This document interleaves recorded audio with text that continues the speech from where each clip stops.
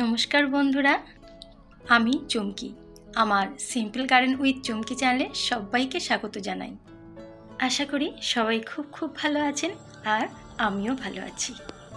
বন্ধুরা, আজকের ভিডিওতে আমি আপনাদের সাথে শেয়ার করব আমাদের বাগানের ফুল গাছ, ফল গাছ, সবজি গাছ, সব রকম গাছের জন্য মিক্স খাবার বা মিশ্র জৈব সার কীভাবে বানাই। বন্ধুরা, খুব অল্প দিনের জন্য হলেও আপনারা নিশ্চয়ই আমার বাগানের বেশিরভাগ গাছের সঙ্গে পরিচিত হয়েছেন। বাগানের বেশিরভাগ গাছই আমি আপনাদের সঙ্গে শেয়ার করেছি।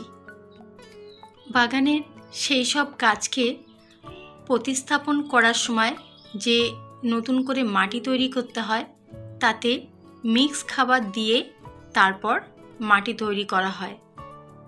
আবার অনেক গাছ আছে যেগুলোকে বছরে 3 বার এই মিক্স খাবার বা মিশ্র জৈব সার দিতে হয়।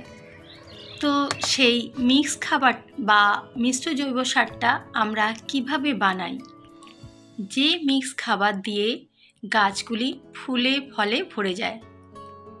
তো আজকে সেই মিশ্র জৈব সার কিভাবে আমরা আমাদের বাগানের সমস্ত রকম ফুল গাছ, ফল গাছ এবং সবজি গাছের জন্য বানাই, সেটাই আপনাদের সাথে শেয়ার করব আজকের ভিডিওতে।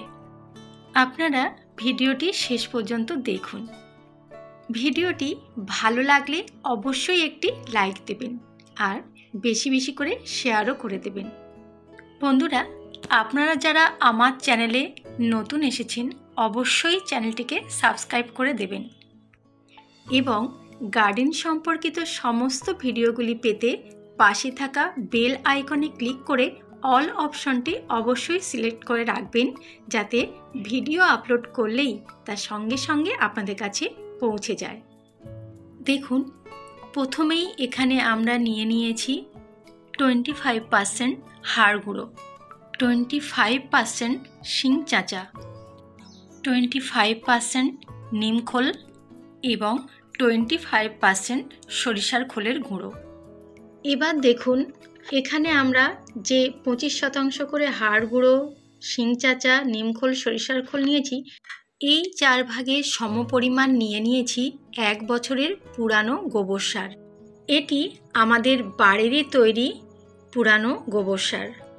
আপনারা এই গোবর সারের পরিবর্তে ভার্মি কম্পোস্টও নিতে পারেন এই একইভাবে। আরও নিয়েছি আমাদের বাড়ির তৈরি পাতা পচা সার।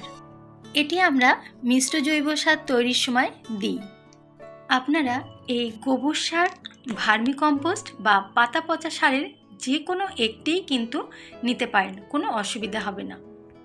এই যে মিশ্র জৈব সারটি আমরা তৈরি করে নিলাম, এর মধ্যে গাছ তার প্রয়োজনীয় nitrogen, phosphorus, potassium, calcium, sulphur এছাড়া আরও অনেক রকমের অনুখাদ্য পেয়ে থাকে। বন্ধুরা, এই মিশ্র জৈব সারটি কিন্তু তৈরি করার সাথে সাথেই গাছে ব্যবহার করা যাবে না। এই সারটি তৈরি করে যদি সঙ্গে সঙ্গে গাছে ব্যবহার করি তাহলে গাছের ক্ষতি হতে পারে। সারটি তৈরি করে বেশ কয়েকদিন রেখে দিলে তাহলে গাছের কোনো ক্ষতি হবার ভয় থাকবে না, বরং 2 মাস 4 মাস আগে যদি বানিয়ে রেখে দিয়ে তারপর আমরা এই মিশ্র সারটি ব্যবহার করি তাহলে সেক্ষেত্রে তা গাছের জন্য আরও উপকারী হয়ে উঠবে।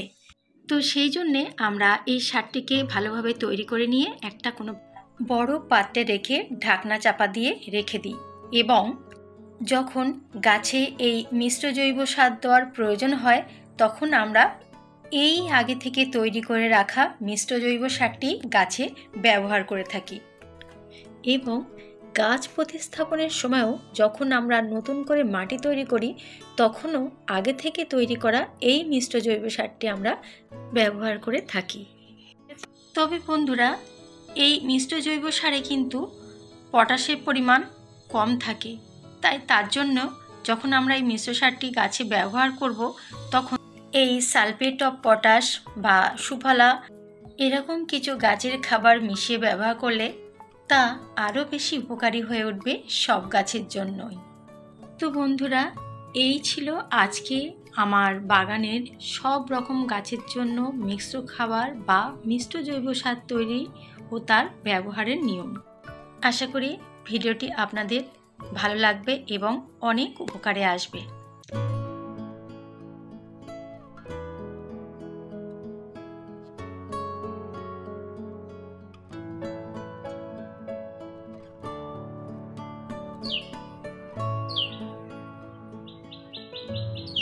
বন্ধুরা, আজকের ভিডিওটি তাহলে এই পর্যন্তই। সবাই ভালো থাকবেন, সুস্থ থাকবেন।